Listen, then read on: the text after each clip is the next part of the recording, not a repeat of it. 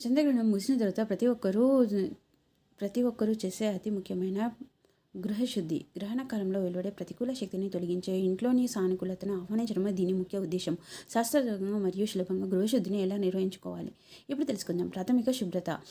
గ్రహణం పూర్తయిన వెంటనే లేదా కొన్ని గంటల తర్వాత ఆచారాన్ని బట్టి ఇంటి శుభ్రమైన నీటితో కడిగి తుడిచివేయాలి. ముందుగా ఇంట్లో ఉన్నవారు తలస్నానం చేసుకోవాలి. పూజా గదిని శుభ్రం చేయాలి. దీపారాధన చేసిన తర్వాతనే అసలు శుద్ధి ప్రక్రియ ప్రారంభించాలి. పంచగవ్య తయారీ విధానము.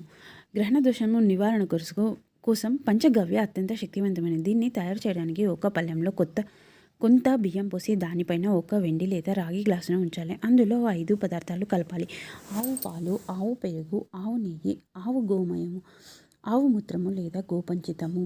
ఇవన్నీ అందుబాటులో లేకపోతే కనీసం ఆవు పాలు, పెరుగు, నెయ్యి కలిపి ఈ మిశ్రమాన్ని దర్భతో కొద్దిగా నీటిని జోడించాలి. శుద్ధి ప్రక్రియ.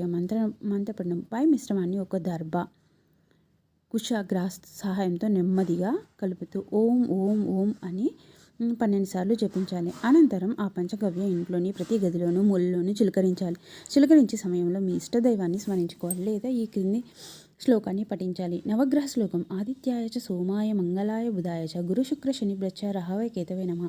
నామజపం. ఓం విష్ణవే నమః లేదా ఓం నమః శివాయ లేదా సూర్యాయ నమః, చంద్రాయ నమః అని చెప్పుకుంటూ ఇల్లంతా సంప్రోక్షణ చేయాలి. ముగింపు. ఇలా శాస్త్రోక్తంగా గృహశుద్ధి చేయడం వల్ల గ్రహణ దోషాలు తొలగి కుటుంబ సభ్యులను ఆరోగ్యాలు ఐశ్వర్యం సిద్ధిస్తాయి. మన పెద్దల నమ్మకం. పూజా మందిరంలో దీపం వెలిగించిన తర్వాత ఈ సంప్రోక్షణ చేయడం మర్చిపోకండి.